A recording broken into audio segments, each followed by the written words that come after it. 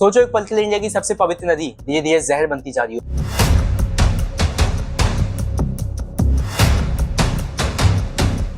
और दुनिया के 7 अजूबों में से एक हमारा ताजमहल अपना सफेद रंग खो रहा हो।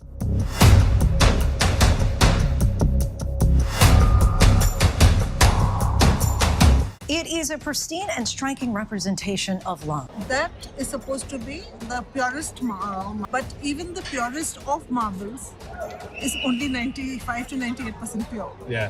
And it is this, the rest of it, that the impurities that are attacked by the acid rain. और इन दोनों तबाहियों के बीच में खड़ा था एक आदमी, एक लॉयर, जिसने अकेले इंडिया की सबसे बड़ी, सबसे पावरफुल इंडस्ट्रीज से पंगा लिया। दोस्तों ये कहानी है एमसी मेहता की और उस लीगल बैटल की जिसने भारत में एनवायरमेंट लॉ की पूरी डेफिनेशन ही बदल दी। साल था 1985, लोकेशन कानपुर, और कानपुर उस वक्त इंडिया का सबसे बड़ा लेदर हब था। पर इस सक्सेस की एक बहुत बड़ी कीमत चुकानी पड़ी थी शहर की लगभग सारी लेदर फैक्ट्रीज को। वो सारी फैक्ट्रीज अपना हाईली टॉक्सिक और केमिकल वाला कचरा सीधा गंगा नदी में बहा दी थी। दोस्तों गंगा नदी का पानी बिल्कुल काला पड़ चुका था। तब एंट्री होती है एमसी मेहता की। उन्होंने सुप्रीम कोर्ट में एक पीआईएल फाइल की थी। डिमांड सिंपल थी, इन फैक्ट्रीज को रोको वरना नदी मर जाएगी। अब यहाँ आता है एक ट्विस्ट। फैक्ट्री ओनर्स और बड़ी कंपनी ने कोर्ट में काउंटर अटैक किया। उनका आर्गुमेंट सिंपल था, सर अगर आपने हमें बंद किया तो हजारों लोग बेरोजगार हो जाएंगे, इकोनॉमी डूब जाएगी, हमारे पास इतना पैसा है ही नहीं कि हम महंगे वाटर ट्रीटमेंट प्लांट लगा सके। सवाल बड़ा था, एक डेवलपिंग नेशन क्या चूज करेगा, जॉब और इकोनॉमी या साफ पानी? पर सुप्रीम कोर्ट ने जो जवाब दिया उसने सबकी बोलती बंद कर दी। कोर्ट का कहना सिंपल था,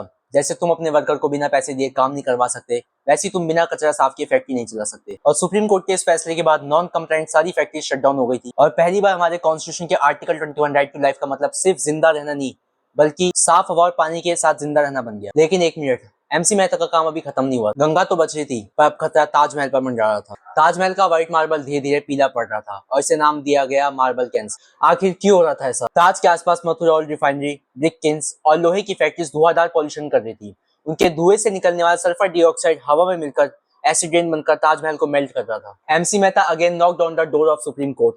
साल था 1997। इस बार दुश्मन कोई छोटी लेदर फैक्ट्रीज वाले थे, बल्कि बड़ी बड़ी ऑयल रिफाइनरीज थी। पर इस बार सुप्रीम कोर्ट ने जो ऑर्डर पास किया वो इंडियन हिस्ट्री का सबसे लेजेंडरी मूव था। कोर्ट ने ताजमहल के चारों तरफ एक 10,400 स्क्वायर किलोमीटर का बाउंड्री बना दिया। इसका नाम रखा गया ताज ट्रेपेजियम जोन। और इस जोन के अंदर आने वाली सारी 292 इंडस्ट्रीज को एक अल्टीमेटम मिला, या तो क्लीन नेचुरल गैस पे शिफ्ट हो जाओ या फिर इस एरिया से बाहर निकलो। कोई एक्सक्यूज नहीं, कोई डिले नहीं। इस केस ने इंडिया में दो नए प्रिंसिपल सेट किए। पहला, द प्रिकॉशनरी प्रिंसिपल, मतलब डैमेज होने का वेट मत करो, पहले ही एक्शन लो। दूसरा, द पॉल्यूटर पेस प्रिंसिपल, मतलब जिसने एनवायरमेंट गंदा किया है वही कचरा साफ करेगा। लेकिन क्या आज भी गंगा जी का पानी पीने लायक है? क्या ताजमहल आज भी उन केमिकल फैक्ट्री से 100% सेफ है, या ये सिर्फ किताबों में रूल बनकर रह गए?